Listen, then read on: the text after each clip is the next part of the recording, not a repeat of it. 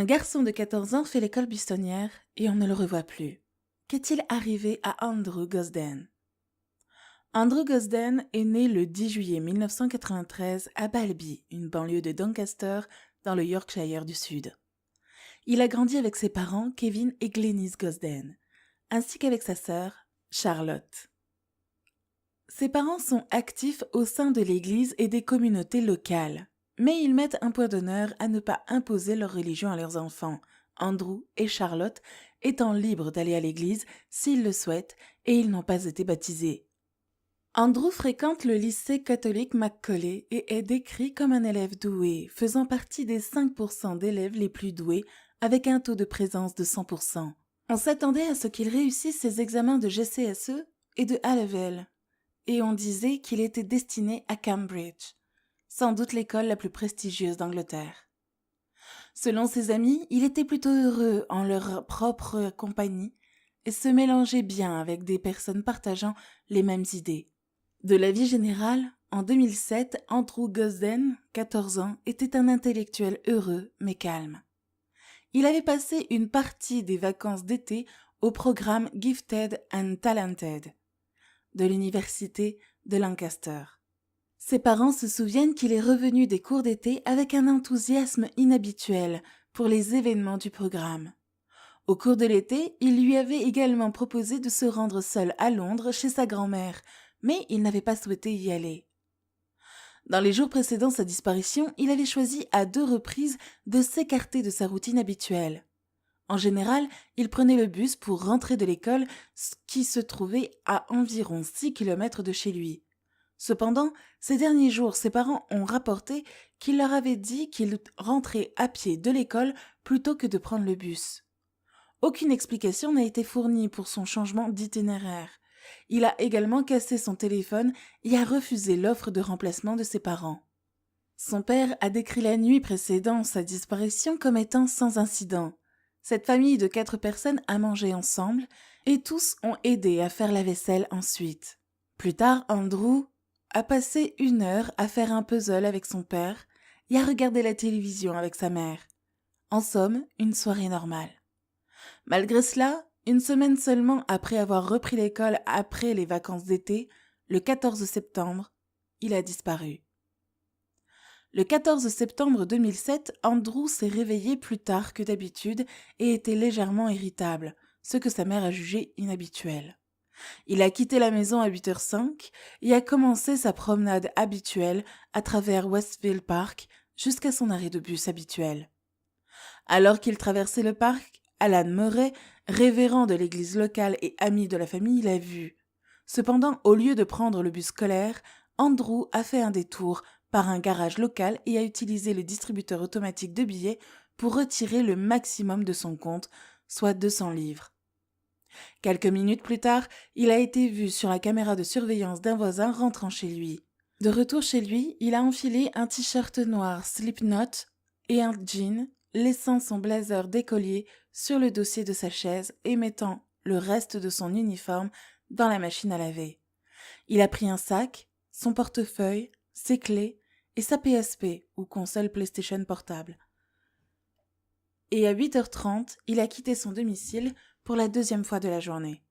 Selon son père, il y avait dans sa chambre 100 livres en liquide qui n'ont pas été touchés, ainsi que son passeport. La famille a également noté comme significatif le fait qu'il n'ait pas emporté son chargeur de PSP. Il a été vu sur la caméra de surveillance de leur voisin en train de descendre une nouvelle fois Littlemore Lane et de se diriger vers Westfield Park. Peu de temps après, il est arrivé à la gare de Doncaster, où il a acheté un billet aller simple pour la gare de King's Cross, à Londres. Plus tard, le vendeur de billets a avoué avoir dit à Andrew qu'un billet de retour coûtait un peu plus cher.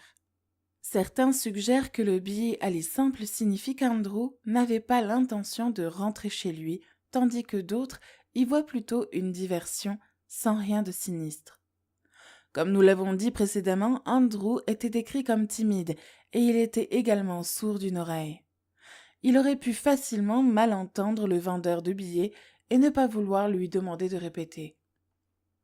À 9h35, Andrew est monté dans le train, seul. et s'est assis à côté d'une femme qu'il a décrit plus tard comme étant calme, mais fixée sur son jeu PSP. Pendant ce temps, la Mike Holiday High School avait tenté de contacter ses parents pour signaler son absence, mais avait composé un mauvais numéro par accident et laissé un message aux mauvais parents.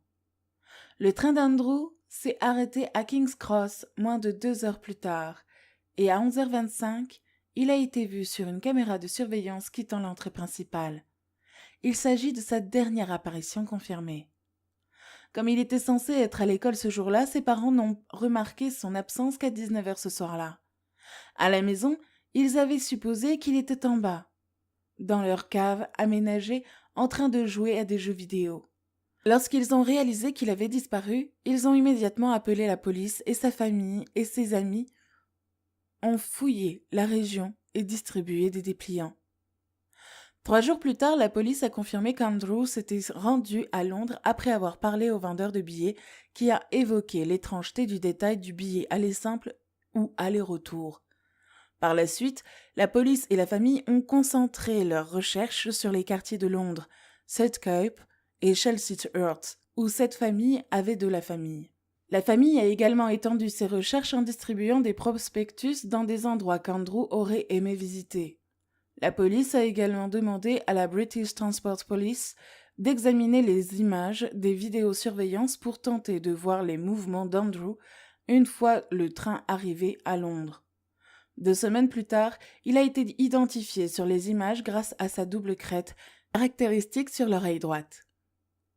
Fin 2008.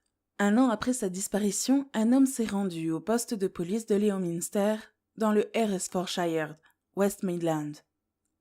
Ce poste n'était pas surveillé et l'homme a utilisé un interphone pour parler à un officier de police, déclarant qu'il avait des informations sur Andrew. Le temps qu'un agent arrive pour prendre les détails, l'homme était parti. Le poste de police était situé dans un parc d'affaires avec des transports publics limités.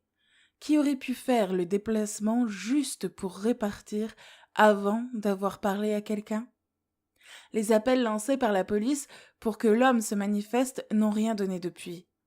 Plus tard, une personne anonyme a écrit à l'émission One Show de la BBC, affirmant être l'homme qui se trouvait dans le poste de police après que l'affaire Andrew ait fait l'objet d'un reportage dans l'émission The One Show.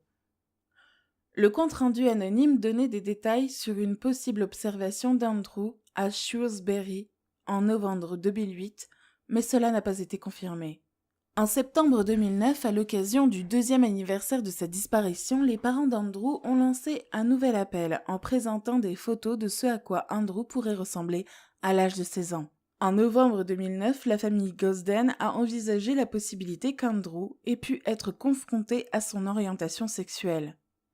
Kevin Gosden a donc fait appel à la communauté gay pour l'aider à retrouver son fils. Kevin a déclaré « Nous sommes une famille assez ouverte et nous nous sommes demandé s'il n'était pas gay ou s'il ne se débattait pas avec son identité sexuelle et ne trouvait pas cela trop gênant pour l'élever. S'il est gay, cela ne nous pose aucun problème. Il est aimé inconditionnellement par ma femme et par moi et par sa sœur. » Il y a également eu des tentatives répétées pour le localiser au fil des ans. Les enquêteurs et les médias se sont entretenus régulièrement avec Kevin Gosden pour que l'affaire de son fils reste dans l'esprit des Britanniques. Récemment, une mise à jour de l'affaire a été révélée. Plus de 15 ans après la disparition d'Andrew, 2 hommes ont été arrêtés en rapport avec l'affaire le 8 décembre 2021 à Londres. La Metropolitan Police et la South Yorkshire Police ont travaillé ensemble pour les arrêter. Un homme de 45 ans a été arrêté pour suspicion de trafic d'êtres humains, d'enlèvement et de possession d'images indécentes d'enfants, et un homme de 38 ans a été arrêté pour suspicion de trafic d'êtres humains et d'enlèvement. Tous 2 ont été libérés dans l'attente d'une enquête plus approfondie, et leurs appareils ont été saisis par la police pour une enquête plus approfondie. Examinons quelques théories sur ce que les gens pensent qu'il a pu arriver à Andrew. Des personnes ont émis des théories en ligne selon lesquelles la disparition d'Andrew pourrait être liée au meurtre d'Alex Slowley. L'idée générale de cette théorie est qu'Andrew a été assassiné et qu'il a été assassiné par la même personne qui a assassiné Alex Lawley. Alex avait tout juste 16 ans quand il a disparu. Non seulement il n'avait que quelques années de plus qu'Andrew, mais il était également réputé pour exceller à l'école, tout comme Andrew. Alex a disparu le 11 juillet 2008, 2 jours seulement avant son 17e anniversaire. Mike Neville, chef retraité de l'unité centrale d'images de la police métropolitaine de Londres, croit en la possibilité d'un lien entre ces deux affaires.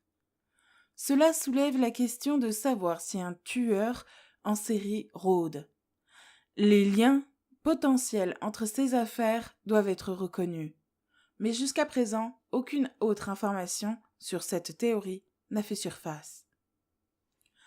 Une autre grande théorie en ligne est qu'Andrew est allé voir un concert à Londres, un concert qu'il savait que ses parents n'autoriseraient pas parce qu'ils ne voulaient pas qu'il manque l'école. Andrew était un grand fan de musique, ayant déjà assisté avec ses parents à des concerts de ses groupes préférés. 30 Seconds to Mars, 60th, Him, jouaient tous à Londres ce soir-là. De nombreux commentateurs en ligne suggèrent qu'il a peut-être même été refoulé de la salle de concert en raison de son âge et de son apparence jeune. La plupart de ces groupes auraient eu au moins une restriction d'âge de 16 ans et plus. Mais pourquoi n'est-il pas rentré chez lui ensuite? A-t-il été victime d'un acte criminel en quittant la salle? Une autre théorie envisage la possibilité qu'il ait été préparé en ligne et se soit rendu à Londres pour rencontrer ses interlocuteurs. Selon sa théorie, il aurait pu avoir une relation secrète sur les médias sociaux, dont personne n'était au courant. Il aurait pu se rendre à Londres pour rencontrer quelqu'un qu'il avait connu en ligne. Il était un jeune garçon de 14 ans, timide et tranquille, une cible potentielle pour les prédateurs. Comme nous l'avons mentionné plus haut, il avait choisi de faire le trajet d'1h20 à pied pour rentrer de l'école dans les jours précédant sa disparition. Il est possible qu'il ait utilisé ce temps pour parler à quelqu'un qu'il pensait ne pas pouvoir présenter à sa famille. Cependant, comme nous l'avons déjà mentionné, au moment de sa disparition, il n'avait pas de téléphone. Les ordinateurs de l'école ont été fouillés, mais rien n'indiquait qu'il communiquait avec qui que ce soit.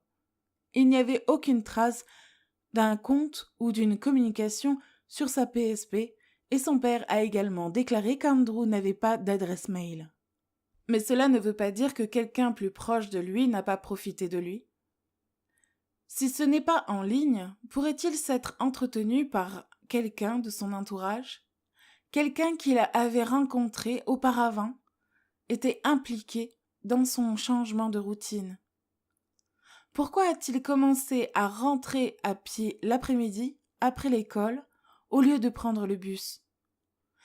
Se faisait-il raccompagner? Quelqu'un l'a-t-il vu parcourir cette distance à pied pour rentrer chez lui? Il serait également possible qu'il n'ait pas eu besoin d'acheter un billet de retour le jour où il s'est rendu à Londres, s'il avait cru qu'il y rencontrerait quelqu'un qui le ramènerait plus tard à Doncaster. Vous vous souvenez de ces cours d'été pour lesquels il s'est montré inhabituellement enthousiaste par la suite? Il est tout à fait possible qu'il ait rencontré quelqu'un là-bas, mais sans téléphone et sans accès à Internet, il est peu probable qu'il ait pu communiquer par la suite. Cela laisse néanmoins ouverte la question de savoir qui était ce mystérieux prédateur s'il existe. Andrew a-t-il simplement été victime d'une rencontre qui a mal tourné? Il est impossible d'écarter totalement cette hypothèse en raison du manque de preuves, mais il est difficile de l'étayer. Encore une fois, la dernière fois qu'il a été vu, il quittait King's Cross le jour de sa disparition. Il est plausible qu'il ait décidé sous l'impulsion du moment de partir explorer Londres ce jour-là, comme une nouveauté excitante et pour établir une certaine indépendance. Alors que la police et le public spéculent sur le scénario du billet aller simple, il n'était pas impossible qu'Andrew achète un autre billet pour son voyage de retour, ou même que Londres soit sa destination finale. Il est probable qu'à cet âge, il ne comprenait tout simplement pas le processus d'achat, pensant qu'il était plus facile d'acheter un autre billet lorsqu'il déciderait de rentrer chez lui.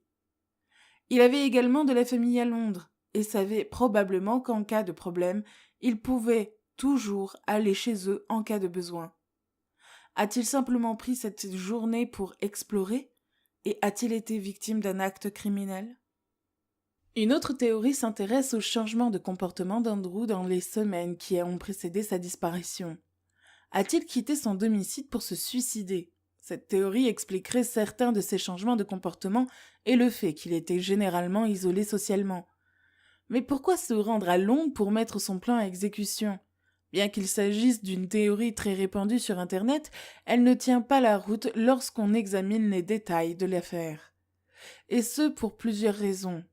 Comme nous l'avons dit, s'il avait prévu de se suicider, pourquoi se rendre dans la capitale britannique, qui est remplie de vidéosurveillance, un endroit où il a forcément été vu? Sauf qu'il ne l'a pas été. Est-il vraiment probable que dans une ville aussi animée, personne ne se soit demandé pourquoi un si jeune garçon était seul? Andrew a également retiré 200 livres pour l'emmener à Londres avec lui. Pourquoi prendre une telle somme si vous prévoyez de mettre fin à vos jours? Et enfin, Andrew s'est-il simplement enfui? Cette théorie est l'une des plus farfelues. Cependant, les preuves disponibles suggèrent qu'il avait l'intention de rentrer chez lui ce jour-là ou le jour suivant. Il n'a pas pris de vêtements de rechange ou son chargeur PSP. Il a également laissé 100 livres dans sa chambre. S'il avait l'intention de s'enfuir pour commencer une nouvelle vie, pourquoi n'a-t-il pas fait ses bagages? Il est peu probable qu'un jeune de 14 ans, avec seulement 200 livres en poche, puisse survivre, et encore moins à Londres.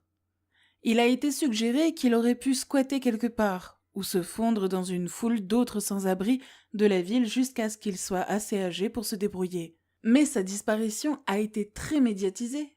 Aurait-il pu passer inaperçu dans la capitale? En 2018, cette théorie a pris vie lorsque quelqu'un sur un forum en ligne avec le nom d'utilisateur Andy Roux demandait de l'argent, disant qu'il avait quitté la maison quand il avait 14 ans. Lorsque d'autres utilisateurs lui ont proposé de l'argent, il a refusé en disant que parce qu'il avait quitté la maison, il n'avait pas accès à un compte bancaire. Le père d'Andrew a parlé de cet incident à Vice News en 2018 en disant « L'année dernière, à peu près au moment du 10e anniversaire de la disparition d'Andrew, nous avons reçu une info de quelqu'un qui a dit qu'il avait parlé à quelqu'un nommé Andy Roux en ligne. La personne à laquelle notre contact parlait a dit « Mon colocataire vient de partir et j'ai besoin d'aide. » Notre contact a proposé son aide, a demandé à Andy Roux ce dont il avait besoin. Andy Roux lui a dit qu'il avait besoin de 200 livres pour payer le loyer. Notre contact a remarqué que Andy Roux était répertorié comme vivant à Lincoln, à une certaine distance de lui, et a donc proposé de transférer de l'argent pour l'aider. Andy Roux a dit qu'il n'avait pas de compte bancaire parce qu'il avait quitté la maison à l'âge de 14 ans. Il a dit qu'il en avait juste envie. Ce qui est intéressant dans tout ça, c'est que le surnom d'Andrew, quand il était enfant, était Roux. La police s'est renseignée auprès des administrateurs du site, poursuit Kevin. Ils nous ont demandé de rester discrets pendant ce temps. Malheureusement, le site web avait récemment changé de système et perdu beaucoup de données, de sorte qu'il ne pouvait pas nous donner de données sur les utilisateurs. Depuis lors, nous avons parcouru Lincoln à la recherche d'une personne ressemblant à Andrew. Mais rien n'a abouti. Cet incident est probablement une diversion. Si vous aviez fugué de chez vous et que vous essayez d'éviter d'être repéré, utiliseriez-vous votre ancien surnom pour vous identifier? Depuis sa disparition, le père d'Andrew a continué à sensibiliser l'opinion publique et à chercher des réponses au sujet de son fils. Il apparaît régulièrement dans différents médias, des podcasts aux appels télévisés, et travaille sans relâche pour obtenir des réponses. Il travaille en étroite collaboration avec l'organisation caritative National Missing People, rassemblant des informations utiles pour aider le grand public dans sa recherche d'Andrew. Que pensez-vous qu'il soit arrivé à Andrew? S'est-il simplement enfui ou quelque chose de plus sinistre lui est-il arrivé en ce jour fatidique de septembre?